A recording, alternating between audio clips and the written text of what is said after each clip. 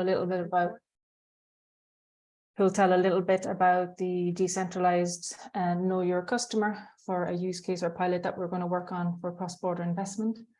Then we have Daniel Desoy, who's the convener for EPSI.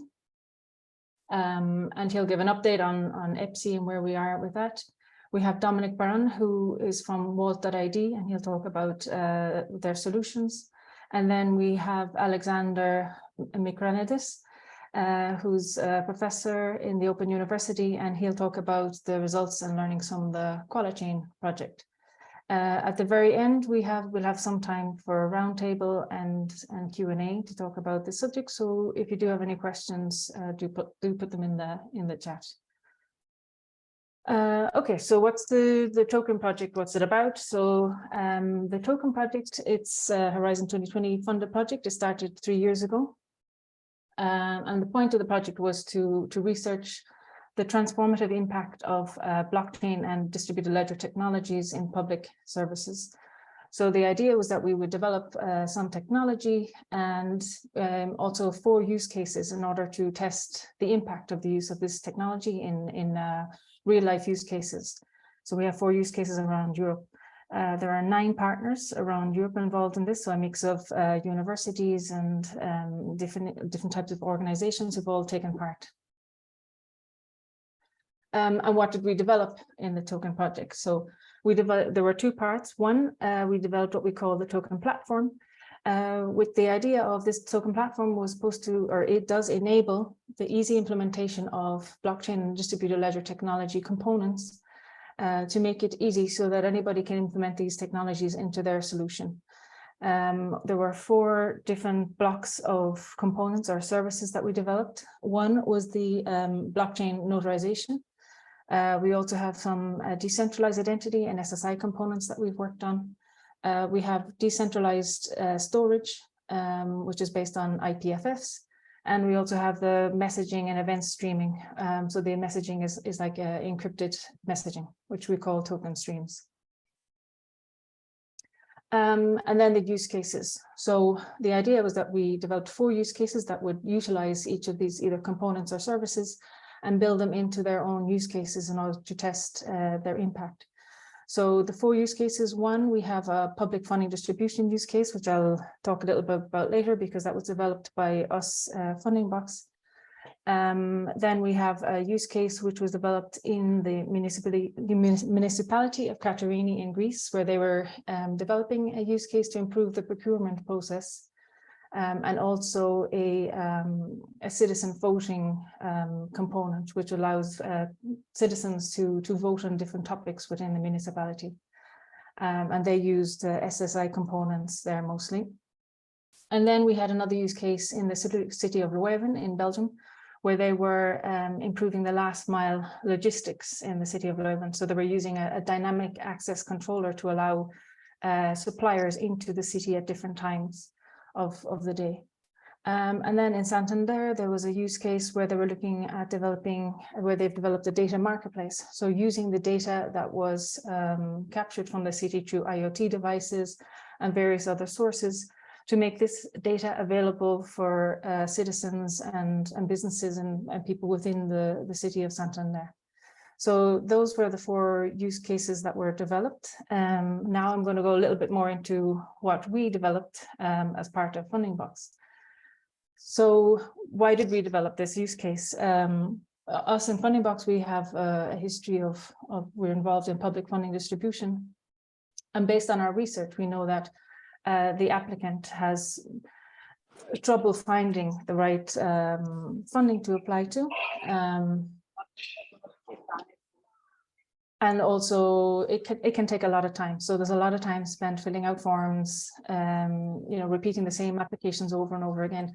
So a lot of time and money can be spent applying to funding opportunities.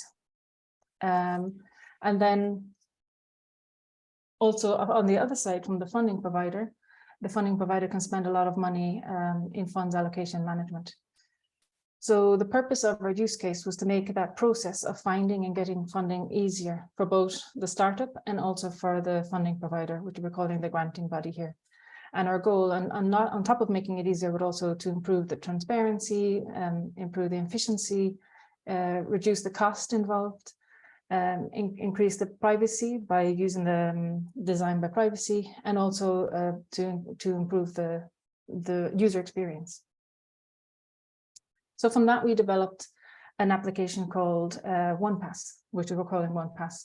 So if you're the applicant applying to funding, it will actively match your data with the correct funding opportunities, training, acceleration, and in the end, improve that whole red tape process, the due diligence process at the very end.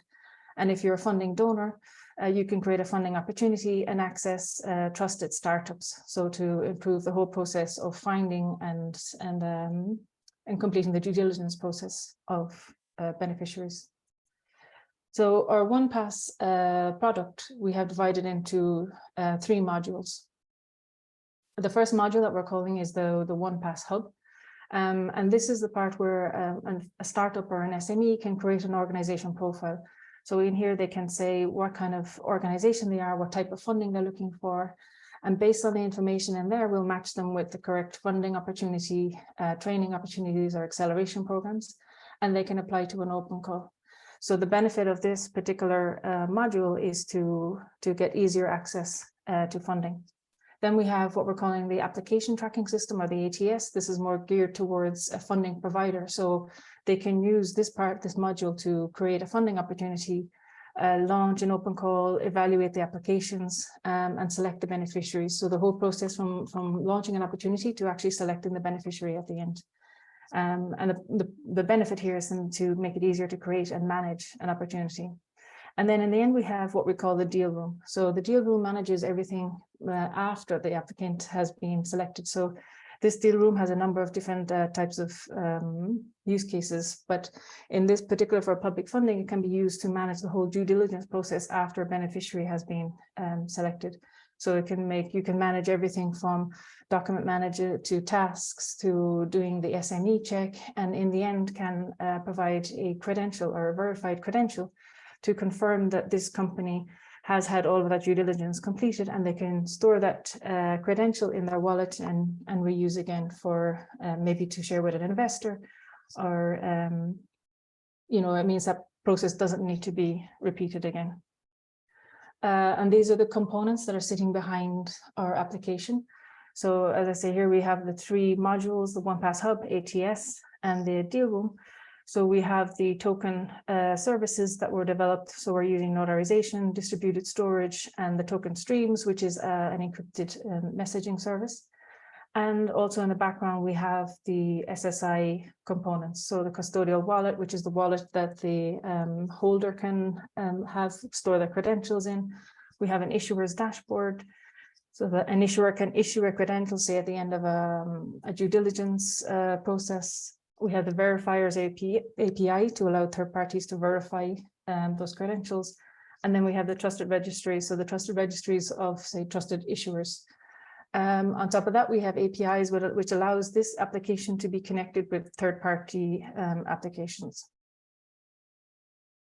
I have some screenshots here to show you a little bit how it works for both applicants, because I can't really give you a demo, but if anybody does want a demo afterwards, you can just reach out to me and I can go into this a little bit further. But here's some screenshots. So say on the point of the applicant can create a funding profile, enter all of the information about their company. They can search for opportunities or receive a notification. So if there's matching set up, we can notify them of a suitable opportunity to apply to. They can apply with their funding profile and complete some additional questions. So if not all of the questions are covered in their profile, and then they can submit. So when they submit the application, their application is timestamped. So it's notarization happens here, and there's also a signature stored against this, so that the data of the application can't be modified afterwards, and we know exactly when it was submitted. And then in the end, they can receive a verifiable credential, verifying them as an applicant. On the side of the funding body, how it works is that they can create their profile and set up an opportunity or an open call program. They can add some additional questions and then allow the applicant to view that opportunity. connected with their own CRM or ATS, so they can manage and monitor all of the applications that are coming into that opportunity. And then at the end, they can issue credentials to their beneficiaries. And then in the end, we have an audit log so that the funding body can see all of the edit history, and so can the applicant. So every change is captured. And then we have the deal room. So the funding body can invite a beneficiary to their deal room to manage all of the activity and tasks and documents that go along with a due diligence process. And then at the very end can issue a credential to that beneficiary, which they can reuse afterwards. And then what were the results and the lessons learned? So we ran a pilot with the first version of this application with 2 Horizon 2020 open calls, which ran from March 2000 this year. And the user feedback, so we sent a questionnaire to the users afterwards, and there was an 80% positive feedback. So the users found that the application overall was very easy to use, which was good news. So that was one of the goals of the project. One of the things we learned was that the standardization of data for public open calls is not so easy. So in the case of public open calls, if you're applying with a project, the data can be quite different for every project. So we added the ability to add custom application forms so that you can add additional questions. So this on the side of the funding body is a useful addition. And the notarization of transactions and signatures is more important for a funding body than an applicant. So one of the feedback that we found is that an applicant doesn't really care so much about that. They just want a very good user experience. But as for notarization of transactions, this is more useful for the funding body. Say if there's any issue or they have to go to court later, they have this, everything is tracked and it's secure. So it's useful information for them, but not so much for the citizen or the applicant. And that's why we have realized that the SSI components and the verifiable credentials is more useful and has more potential to simplify the process and add this layer of trust for all parties, not just the funding provider, so also for the applicant. We've also noticed that there's a lot more interest from the private sector. So a lot of the questions or the information, the requests for information about our use case and token in general is coming from the private sector. And what's next? So we're going to continue to the implementation of the SSI components within our distribution use case. And we'll be starting to pilot an example in the private sector ecosystem. So there's an EU funded project called Beyond, which launched this year, but we'll be testing it using the funding OnePass application. And the purpose of this Beyond project is to close the gap between funding opportunities or investment within Northern Europe and say Southeastern Europe, where there's potential startups, but not so much the investment. So my colleague Zabi, who will speak next, will tell a little bit about how we're going to use SSI and verifiable credentials in this particular pilot use case. So that was very fast. I hope that was clear.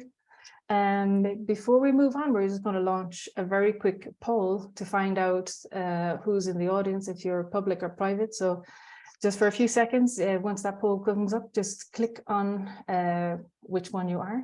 So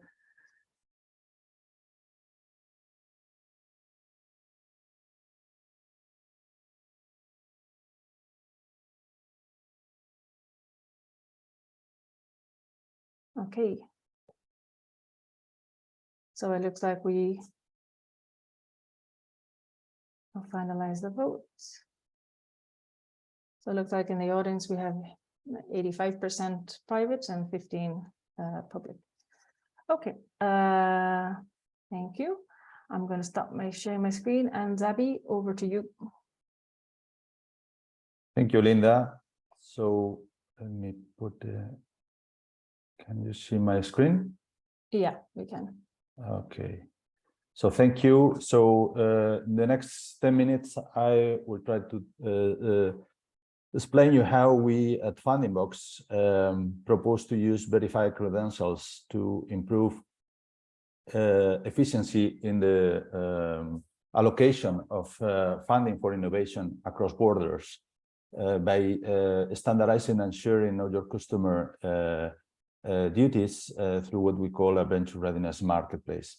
But before I jump in the specific of the use case, let me tell you a bit about why us are involving in this, on what we have learned so far on the inefficiencies of the market we want to disrupt. So we have been working the last 10 years on distributing funding for innovation. So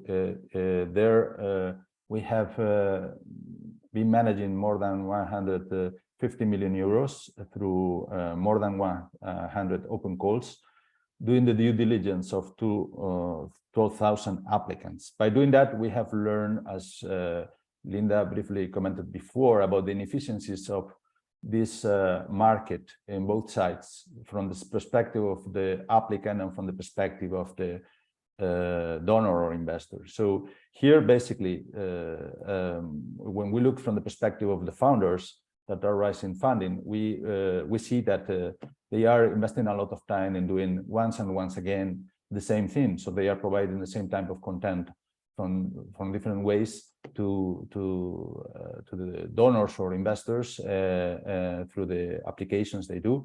And the model, basically, that is underlined is following a schema like this. So at the end, you have to repeat many times the same thing, and also the parties that are assessing and evaluating, making the due diligence, have to do exactly the same things once and once again. So really, at the end, this becomes very inefficient. If we look from the perspective of the economics behind, and we do just a basic maths on that, and we think about a pre-seed or seed startup trying to find 250,000 for a proof of concept, for instance, we know that at the minimum they have to dedicate no less than 150 hours for a preparation of a competitive application, a good package of documentation and information. They have to wait months, and at the end of the day, if we do the maths of the success rate they face, that typically is lower than 10%, this is a cost represents an opportunity cost of no less than 50,000. So this means 1/5 of what you want to get, you have to allocate in terms of opportunity cost. So this definitively, in terms of inefficiency, shows up a very clear and efficient model, right? If we look from the perspective of the investor or the donor, that is not much better. So at the end of the day, the donor has to allocate no less than 10% of the fund for due diligence activities, for all related to check if the company that is going to be selected actually exists, if the team is in place, if all the elements that are in the application are correct, and the documentation is supporting all this reality. And a 10% in a fund, if we think that typically the lower funds are around 5 to 7 million, this means that you have to dedicate in between the equivalent to 2 to 4 investments you could do just to these activities. On top of that, there is also an important burden and risk related with data management, which is not the top capital, venture capital or donor priority, but they have to take care about that, and there are risks related to that. So basically, that's the type of problem we want to disrupt. And here we propose to disrupt that by improving and doing faster, safer, and trusted way of doing that with, as mentioned Linda before, our one pass, where it's not only about the efficient, it's also about from the perspective of reducing the cost, but also the timing, the improving the user experience from both sides, and also contribute to increased privacy and transparency all along the process. So basically, we want to shift the model that I presented before to this one, where once you apply once, and this information that you are sharing can be also reused by different parties. So at the end of the day, we reduce the time to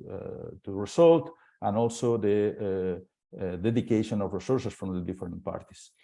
So we are testing that in a first use case on the Beyond project, where we basically want to improve the cross-border investment in between lagging behind regions and rich regions. So basically, we had built a consortia with 5 accelerators from 5 different regions, from different countries, that where we are testing this model. And basically here, for what we call the venture readiness marketplace, we understand that we have to have in place three main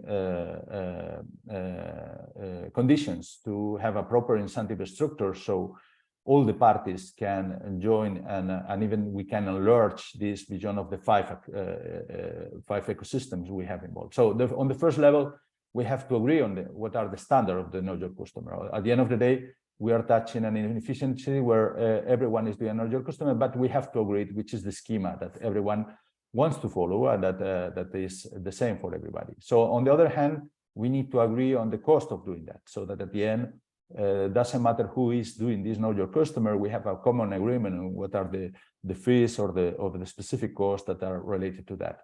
And the third is that we accept that there exists a governance body that is the one that is managing the trust and saying who can be the trusted users in this schema. So if we fulfill these three conditions, then we have an incentive structure, so all the parties that are in this market can be willing to join and to benefit from this model.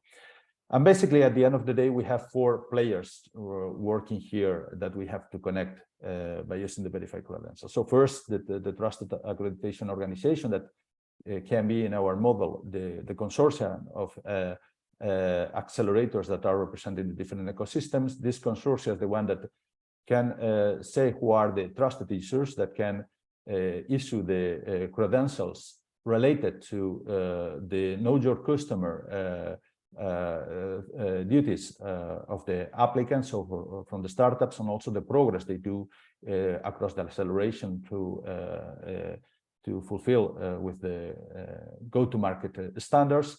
The holder here, the team, the accelerator, is holding these credentials in their digital wallets, so that they can show up these credentials in front of verifiers, in this case investors from the different places, that they can go back to the public verifiers to check if the credentials were issued properly accordingly to the standards and following the governance model of the trusted accreditation organization. So this results at the end in a model where we can have different type of accelerators, different ecosystems involved, in a way that a startup that is entering, for instance, in Bulgaria in an acceleration program and is passing through know your customer and due diligence process done by a local acceleration in Bulgaria, can then give the credentials to access a digital room where we can meet with an investor from Denmark or from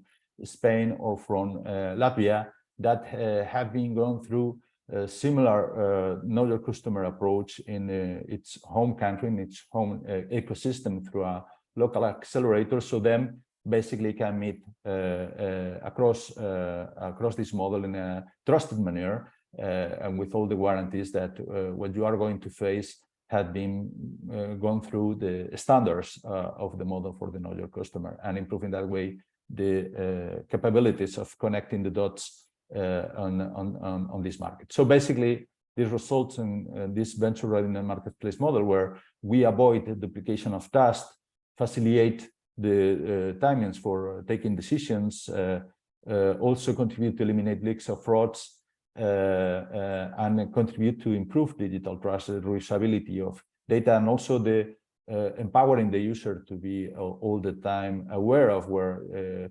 the data they have is being managed or being checked by third parties.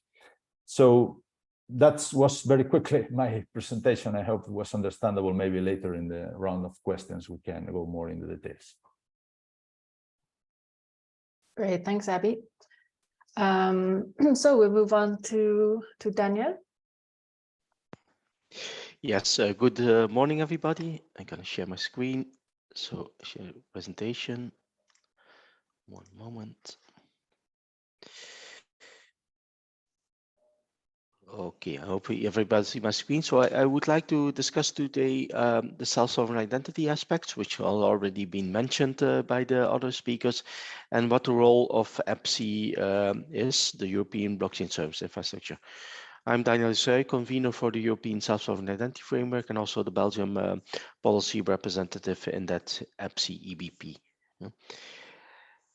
EPSI and blockchain and self-sovereign identity is, I think, on the important moment that it could be a part of the next key projects of the European Commission, the European Union.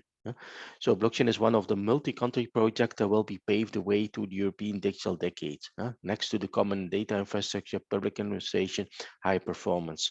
So it has been selected by Europe and its member states and the public sector to do to enable new processes, to enable a new economy, to enable also new society.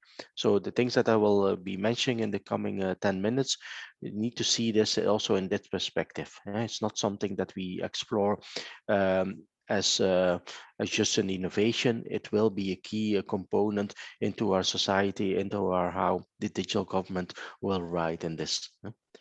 Because decentralization is at the very heart of Europe. So, and we see not only in Europe, but also in the next evolution of the World Wide Web.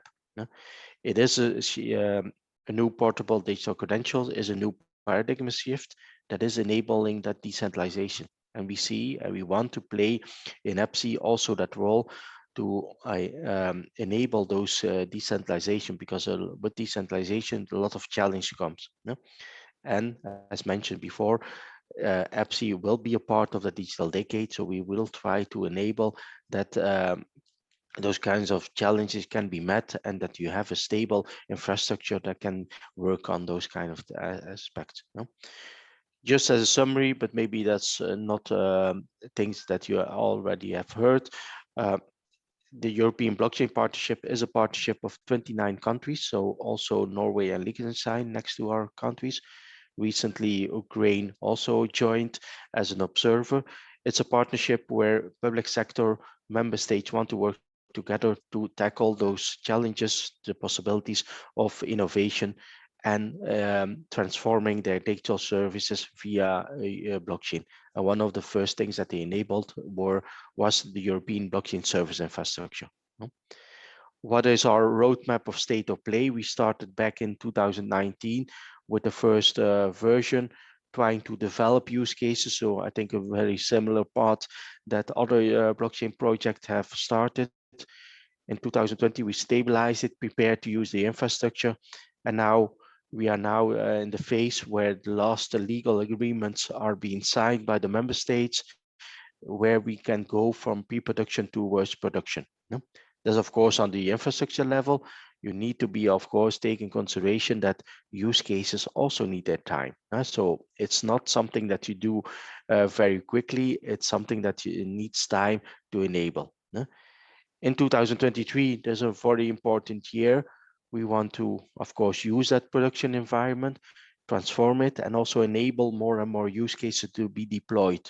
So the things that Token and maybe QualiChain and other projects have enabled, we want to see how EPSI can be a stable public good infrastructure where those things can be enabled.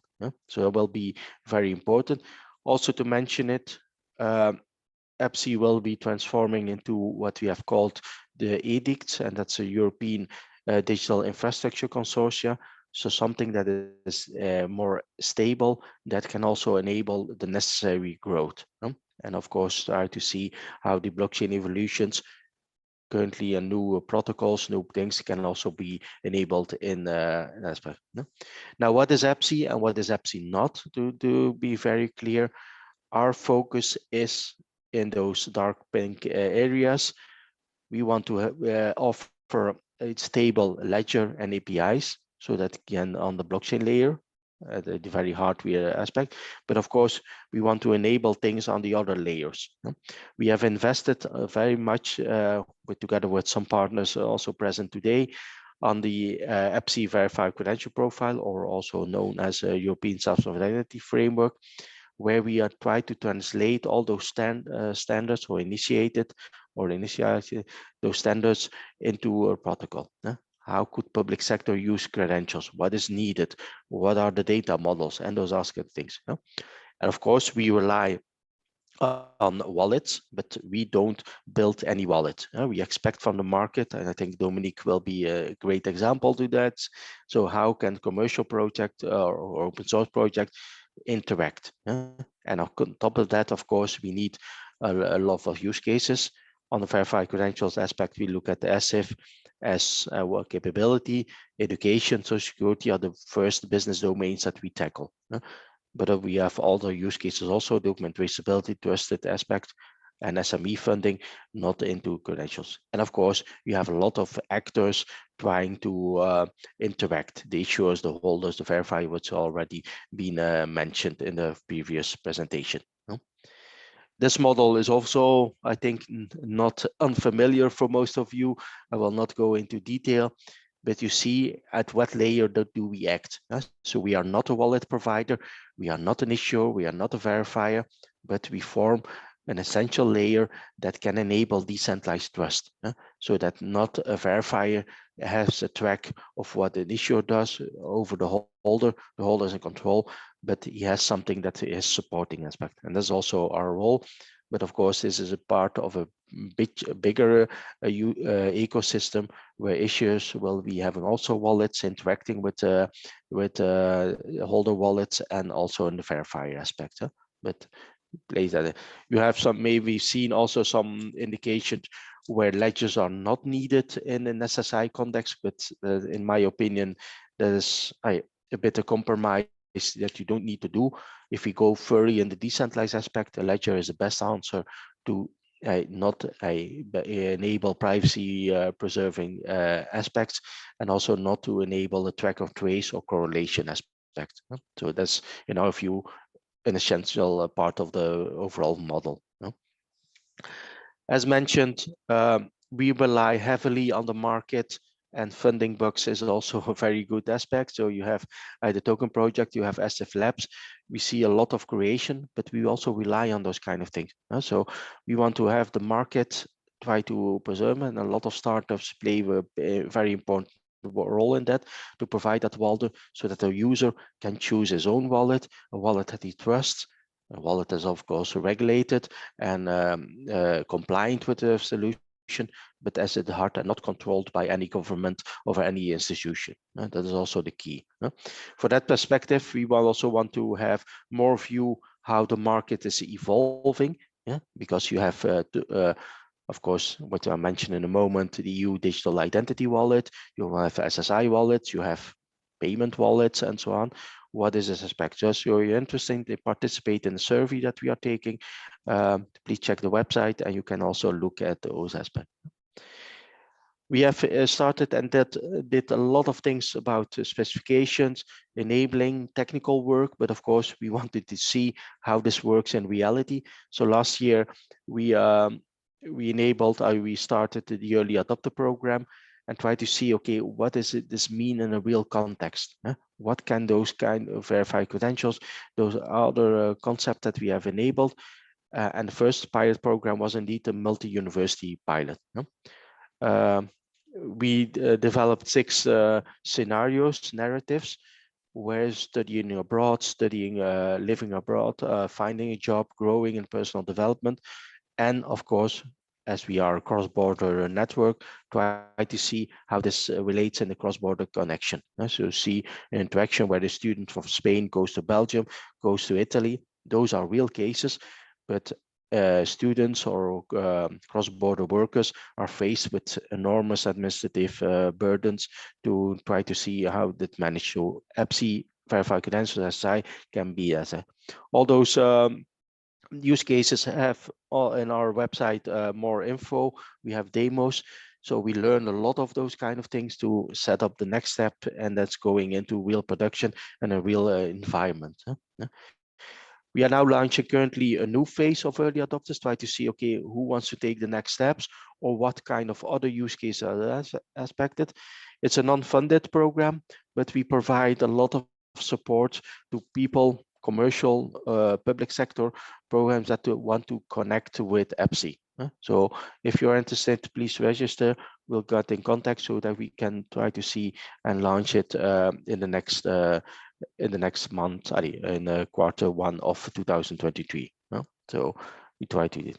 Now, of course, SSI and digital identity cannot be seen separately from the other big evolution. So that's also what I would like to close with. You have, of course, heard and seen and followed, I think, all the things that are happening, that a new program that Europe wants also to provide a new digital identity for all Europeans. Yeah? The political message is very clear. It's about empowerment of citizens, it's about privacy preserving, it's providing an alternative to the Facebooks and the Google of this world. Yeah? Now, of course, that's a political message. How we implement this in the technical level is still under discussion, under evaluation. Yeah, because of course, in identity, we have a lot of legacy, we have a lot of classical centralized federated solutions. Of course, they need to be discontinued, but I think everybody is aware that the future will be decentralized. I think the examples that the people of FundingBox have delivered, we have a problem with those over-centralized things. They are not able to cope with the current reality and the current complexity that we have. Now, we have, of course, a lot of discussions with the IDAS people and a lot of interactions. And we try to see, okay, how can EPSI fit in this? Because it's not always very clear for them. Some member states are very into this, very promoting. Spain is a country that is looking very into it, supporting a lot of countries, but other countries also. And what we are trying to see is, okay, how to build stable components so that the EU wallet, which will be probably a hybrid wallet, can also benefit from SSI, from EPSI, and one aspect. So we want to enable the concept of trusted registry so that the issuer doesn't need to contact the verifier, but is stored on ledger, so you have an independency. We also want to look, and there's also something that the FundingBox and SSI labs have also explored, verify the verifier registry. Who is the people that is asking my credential? Is he really a doctor? Is he really in hospital? So that we can that the user can easily verify that aspect.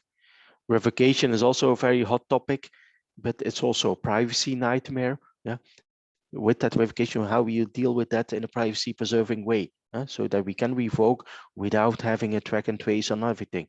And of course, which is our biggest power and biggest power of the SSI community, of course, is of course we can offer towards the IDAS the verified credential specifications and also the engaged business domains. Because at the end, and you know that, I think most people know that, it's not about only having a technical solution implemented, it's about the mobilization of a complete business domain. You need to talk, you need to make agreements, you have in every sector that you touch, you need to go to a very lengthy process. Just as an anecdote, way back in 2017, 2018, we thought that education would be the easy use case, but after 4 years, we mentioned that we see that it takes time to onboard everybody. You need to make agreement. What is a credential? What do I trust? What do I don't trust? What do we do with cross-border interaction? How to engage? So all those things are needed before we do. And that's also the discussion that we have in the IDAS. So for the SSI community, it's a big opportunity to join another league, to say so, but and also to guide that evolution into the right direction. So we're taking part of that, because at the end, it's about putting the user really in control, really at the heart of everything. So we can enable them, of course, technical aspects, but of course it needs to be aligned with the political institution and activities that we face. If you want to have more information on EPSI, please check our website. Our marketing team is doing a lot of effort to try to promote it. And again, of course, it's not only EPSI, we are a part of that ecosystem. So happy to collaborate with everybody, sharing the same vision and trying to share the same aspects. Okay, so that was a bit my presentation. Up to you, Linda. Great. Thanks, Daniel. It's really interesting to hear the update, and just to let everyone know, if you do have any questions, just pop it in the chat and we'll discuss it later. Now I should be moving on to Dominic, but however, Dominic has had a bit of an emergency, so has had to drop off, unfortunately, but I will ask him for his presentation later, and we can share it with everybody who's joined here today.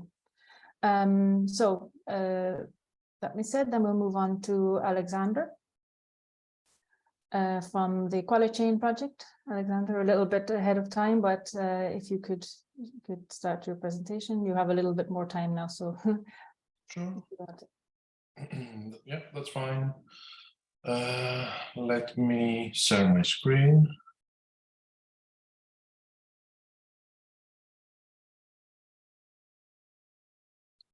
Right.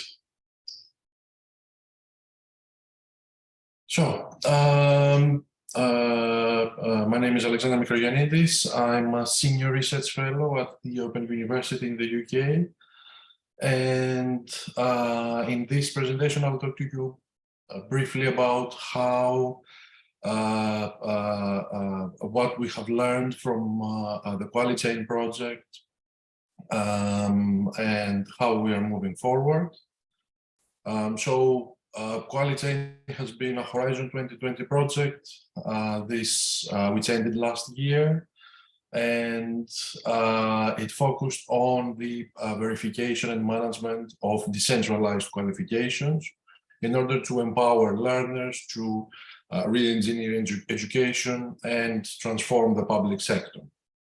So in the following video, I'll show you an overview of what QualiChain is about and what we have tried to achieve. Are you a company, public administration, or human resources consulting in the process of recruitment? Do you want to count on decision support mechanisms to make the best decision? Are you looking for a job and would like to adapt your application to different vacancies? Or maybe you're receiving training and want to manage and verify your certificates. Are you a researcher, academic, or technologist interested in the applications of blockchain, semantic technologies, and data analytics? If the answer is yes, then QualiChain is for you. QualiChain is a European-funded research and innovation project that addresses these needs. QualiChain primarily targets these 4 areas. 1. Lifelong learning. QualiChain supports lifelong learners in reaching their personal or professional learning goals through blockchain-based, transparent, and immutable educational accreditation. QualiChain also offers personalized recommendations to lifelong learners about what to study next or which job to apply to. 2. University process optimization. QualiChain provides analytics and recommendations for the redesign and update of higher education curricula.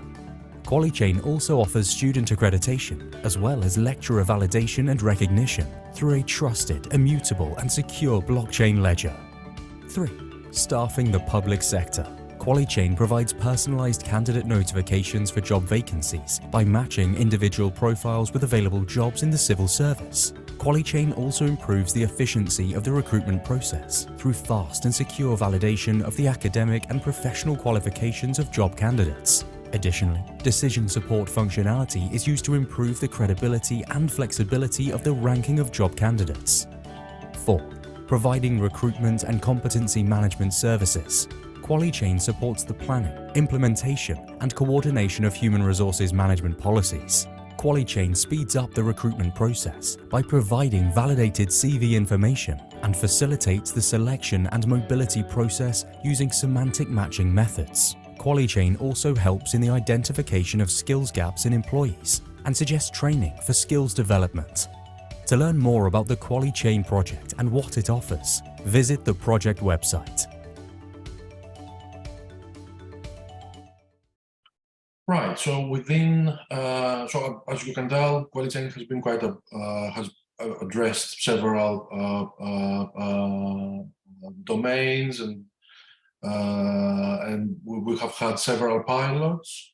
But within this presentation, I'll focus on specifically on the lifelong learning pilot, which I have led on behalf of the Open University. So within this pilot, we have focused on offering transparent and immutable accreditation to lifelong learners. And on top of that, we have offered them with personalized recommendations so that we help them in their personal and professional progression.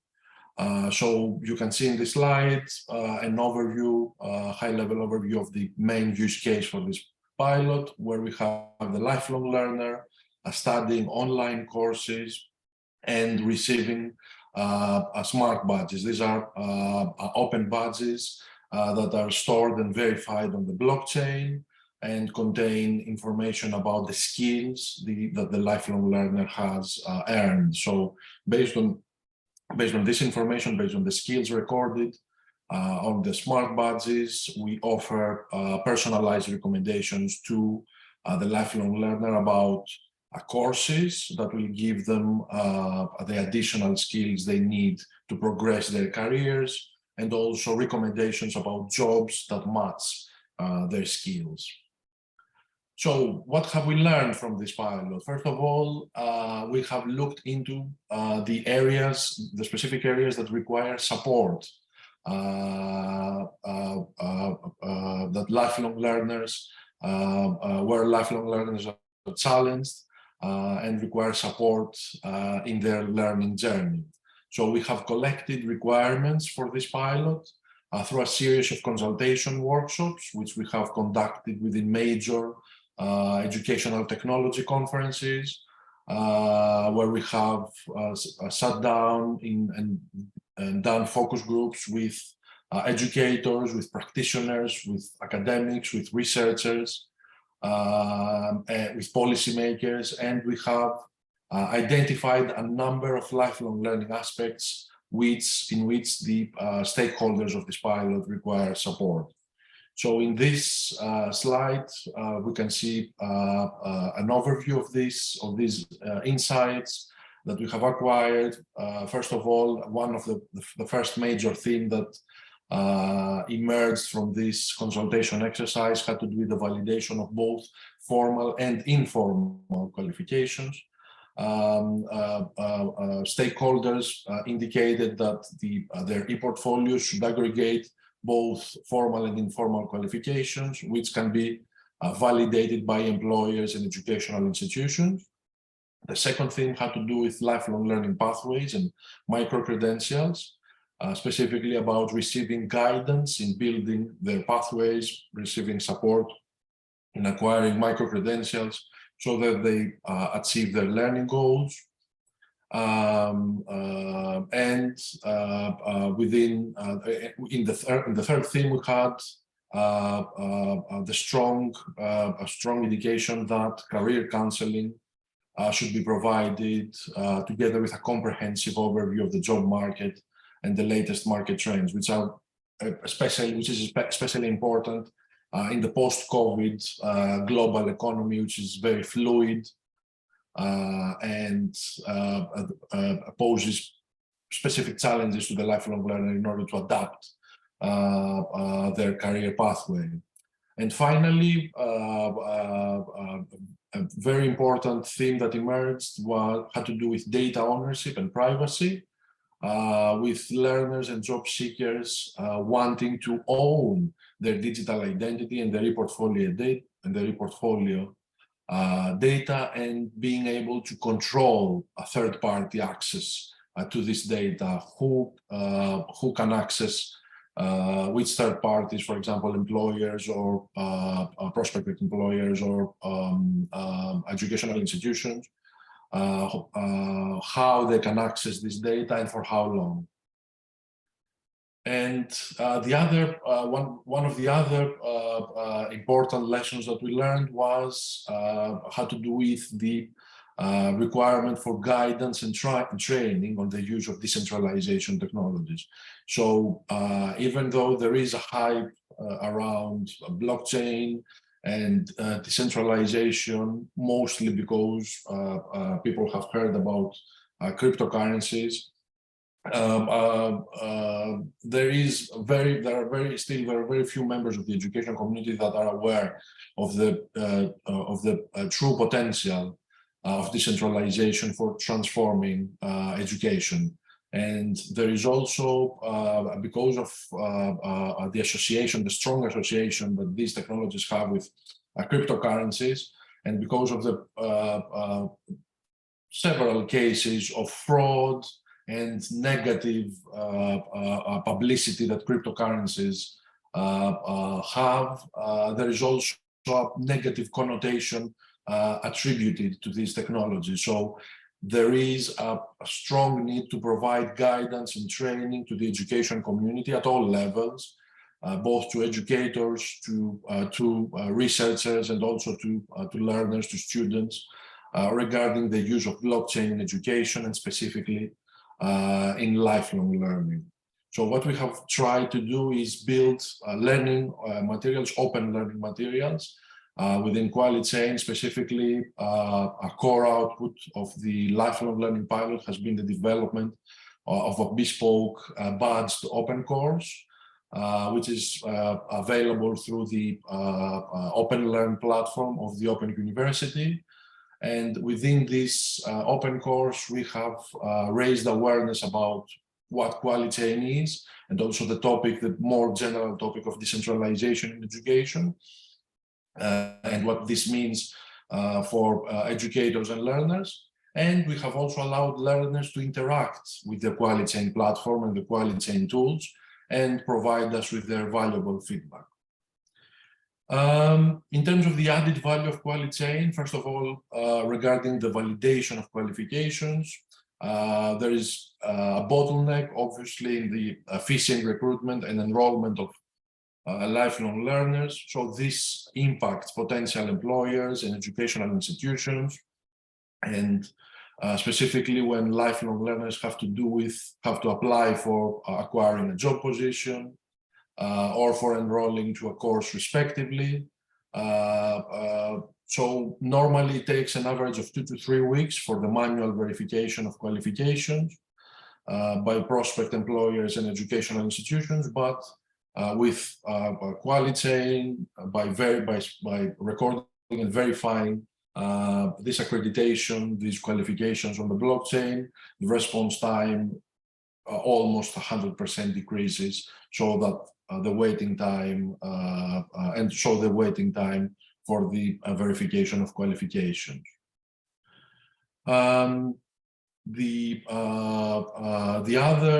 other aspects of added value for QualiChain have to do with student support and research initiatives. So specifically, the results of the lifelong learning pilot, the lessons that we learned, have sparked internal discussions within the Open University on how we can improve the services that we currently offer to our lifelong learners. I should highlight here that the Open University is mostly has adult learners, is mostly targeted to lifelong learners, and part-time education. We are offering online courses to learners that are already in the job market, but they want to upskill or reskill. So this, for us, this is our core business, to provide educational services to lifelong learners. And based on the results of this lifelong learning pilot, we have been able to adapt accordingly our strategy for the next 5 years. And on top of that, the results of this pilot have inspired a variety of research, smaller and larger research initiatives within the Open University in the areas of decentralization and micro-accreditation.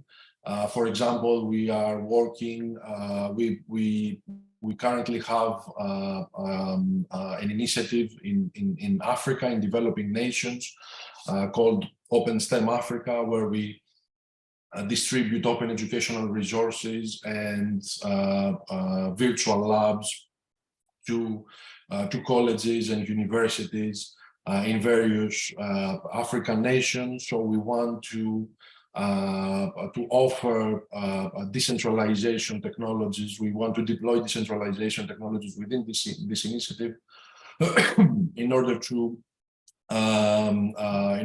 better understand, to better record and study the life cycle of open educational resources, the provenance and the evolution of the open educational resources within this context, and also potentially to monetize the use of open educational resources beyond the African context. So generally the results of the lifelong learning pilot have been viewed quite positively within the Open University, and we are looking forward to following up on this.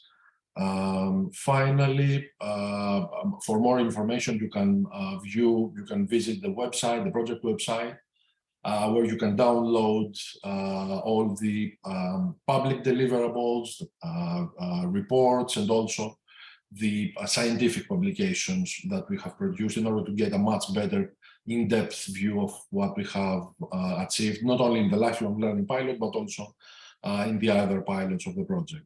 So thanks very much for your attention. Thanks, Alexander. So unfortunately, because we don't have Dominic to tell us about Vault.id today, we've already reached the Q&A session.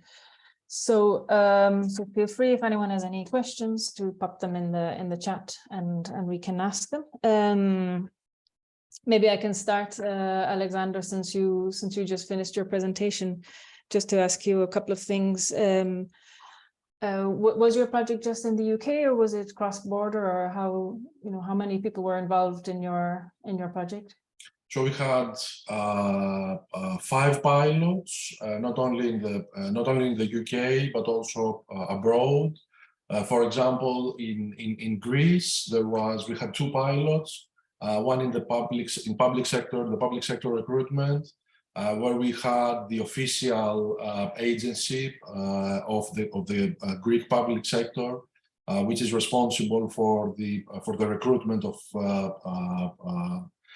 civil servants in Greece, looking into how they can use decentralized qualifications in order to make the recruitment process more efficient.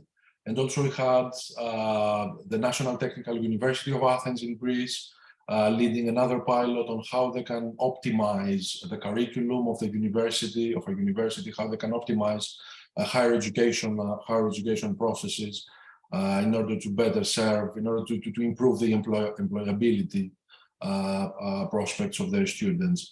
We also had pilots in Portugal, and of course all the QualiChain platform and the QualiChain tools are open to be used outside the strict context of these pilots, and the course and the learning materials that I mentioned before are free to use by anyone, and anyone who completes those, they will get a free certificate of participation.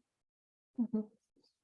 And what was your adoption rate? Did you have difficulty getting people to sign up to this? Because I think that's maybe one of the struggles we've had also in the Token project, is to get adoption. Yes, absolutely. I mean, also as Daniel mentioned, these initiatives, they take time, obviously. So within the QualiChain pilots, we did manage to raise awareness about these solutions and the potential of this approach, and have some adoption at a certain scale. But of course, yeah, this larger scale adoption takes time. So hopefully, in follow-up research initiatives, and also it's great to see the evolution of EBSI as a stable infrastructure for European nations to use, so that we can build on top of that. We can pull together our resources, the QualiChain resources, the token resources, with EBSI to have a larger scale adoption. Yeah. Great, thank you. So we have one question in the chat for Daniel. is EPSI available for deployment outside Europe? That's an interesting, but also a bit a challenging question. At this moment, it is a European network, a European public sector-driven network. But of course, in the future, we need to think about, okay, how will this interact with other regions, with other networks on the global scale? Because our use cases, as you have seen, so security, education don't stop at the borders of Europe. So you can, outside Europe, you'll be able to check the aspect, check certain information on that. So Chinese student coming into Europe will need to potentially interact with that. We need to see how those credentials that are anchored or are based goes in that aspect. So as an outside firm, you can already interact, build solution for the European market, but our focus is now to be in Europe. Saying that, we already have a bit collaboration, or trying to see how we can force a collaboration with countries like Korea, with countries like Ukraine, what I mentioned, Canada. We're trying to see, okay, what would it be meaning EPSI interacting on the global scale? So building as an infrastructure. I have a kind of a follow-up question to that, Daniel, about I think one of the challenges probably with EPSI is the whole legal framework and how you get the legal framework in place for this to work. Can you share a little bit about what's the status on that? And the legal framework was indeed a big challenge. So the earliest ideas about storing, anchoring credentials, based on GDPR, we needed to get rid of those kind of things. So no personal information has shared. Giving all those aspects, then we come closer. But of course, once you deploy and go into production, a lot of things about liability come in place. So every member state, every node operator really needs to know, okay, what is his role?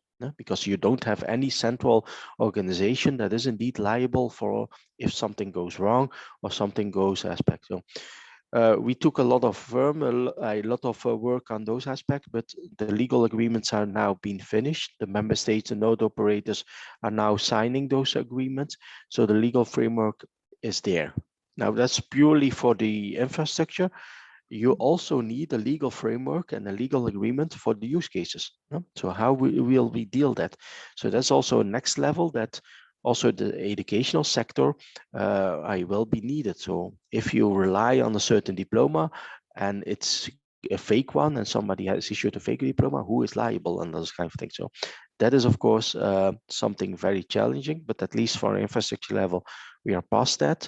And then people can deploy it, but it still is a struggle in that aspect. And then but there's also maybe just to say, sorry, maybe to add to that, that's also exactly the kind of things that we would like to solve, because if each project, each individual application need to try to solve those kind of things, that will be impossible. It will kill every startup to say, okay, you need to provide a legal framework.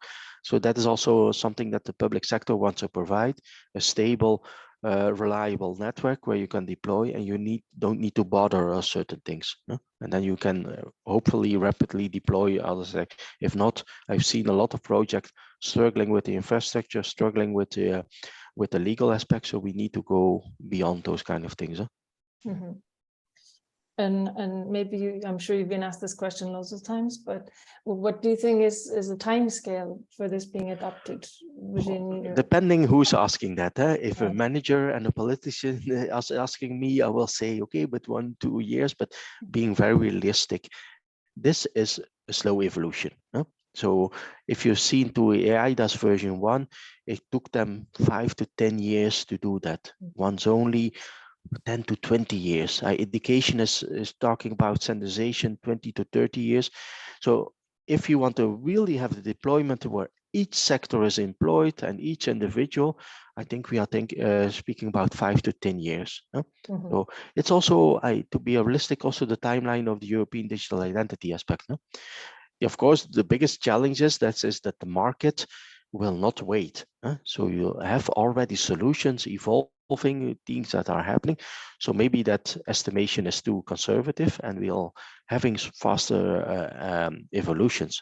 Maybe once there is a click, once we have the base thing, we have stable wallets, maybe there's an acceleration, but it takes time. It takes time because you need to motivate a lot of people.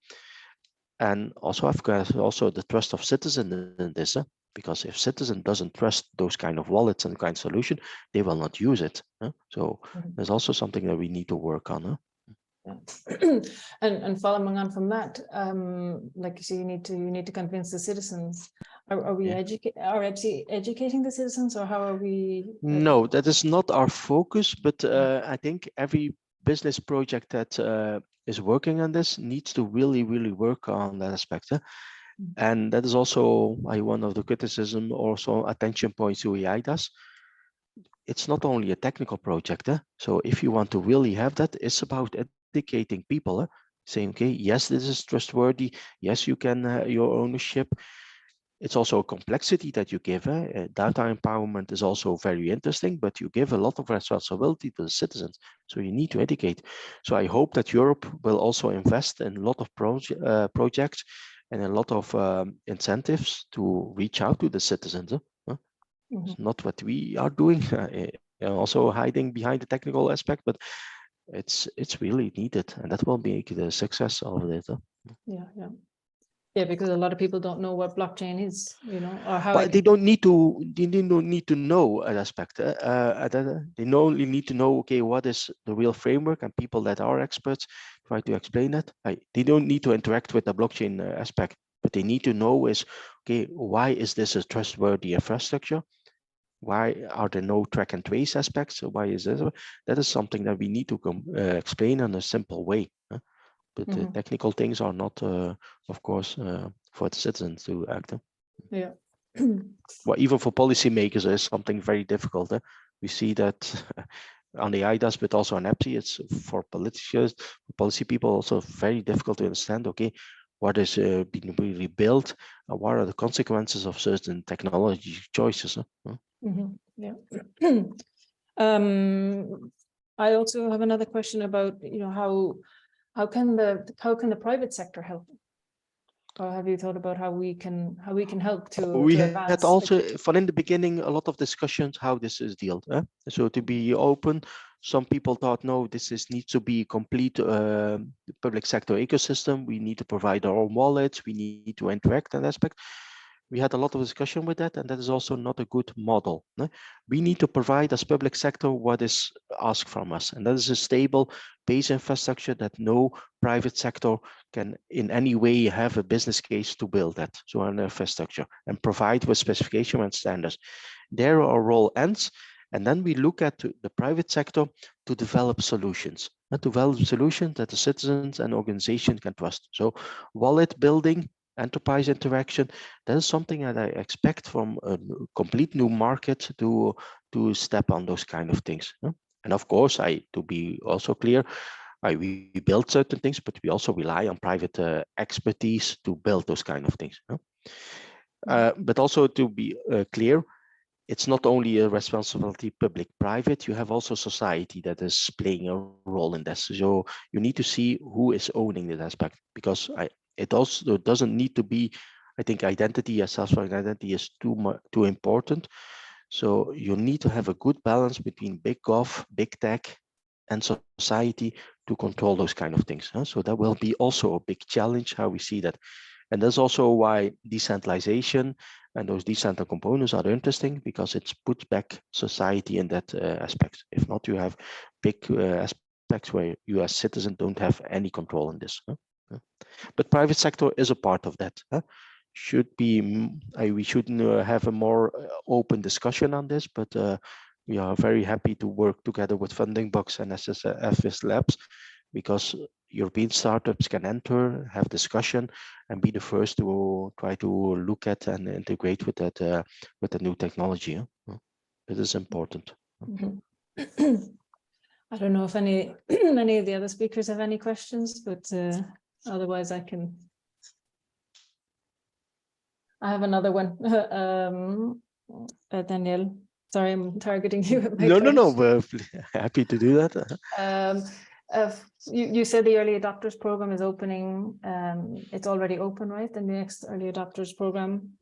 Well, we have the first wave where we Mhm. concluded. So the 6 journeys that we've done, now we are opening it to new participants. Try to Right. see how we can, what kind of interest there is, people that are building wallets, organization that want to interact. So we have, it will be continue a while. So we have a registration form, so people can show their interest.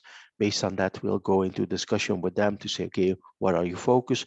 How can we link you to other partners? So we want to establish those kind of things. Mhm. So that's open for everybody. So please check. We also have a wallet conformity testing, trying to see, okay, are the solution providers that want to be EPSI compliant? So we're trying to provide and organize ourselves that we can support those aspects. Next to that, just to mention, we're also reaching out to some, what we have called a bit strategic partners to see, okay, big, important projects that have also looked at the SSI/blockchain. How can we collaborate with them? Examples like Energy Web, Pharma Ledger, those kind of big initiatives that are also emerging, or Gaia X in a certain aspect. They're also trying to see, okay, how can this be linked with EPSI? And we try to see what is our role, what is their role. I think Alexander and QualiChain were a bit too early. They already started, but normally, if this QualiChain would start today, the first thing that we would do is to say, okay, how can we help you? How can we enable you that aspect? But being early is, of course, aspect. It would be another context in that aspect. So that you can focus on the other aspect and not have to worry about the legal framework and the infrastructure aspect. But everybody wants to join or wants to have, of course, questions on the early adopters, reach out. You can try to see how this fits with your organization or your expertise or expectations. So these organizations can be any, they can be private or public or yeah. Okay. Indeed, there can be any aspect Mhm. to see this. Mhm. Okay, great. So we don't have any other questions so far in the chat. Oh, wait. Okay, someone's telling me that they have an SSI wallet. Okay, so I no other questions. So we will share the PowerPoint slides with everybody. And like I said in my presentation, if anyone would like a demo of the OnePass, just contact me and I can go into a demo in a little more detail, which wasn't not so easy to do in a webinar. But so okay, so we'll share everything afterwards, and unless there's any other questions, we can finish a little early. Unfortunately, we didn't have Dominic from Wallet.id to tell us about what they're doing, but we'll share also the PowerPoint slides of what he was going to show. Okay, so thank you, everybody, and have a nice day. Thanks to my speakers, Alexander, Danielle, Debbie. Thanks for joining. Thank you. Thank you very much. Okay. Goodbye. Bye. Thank Take you. care. Bye-bye. Bye.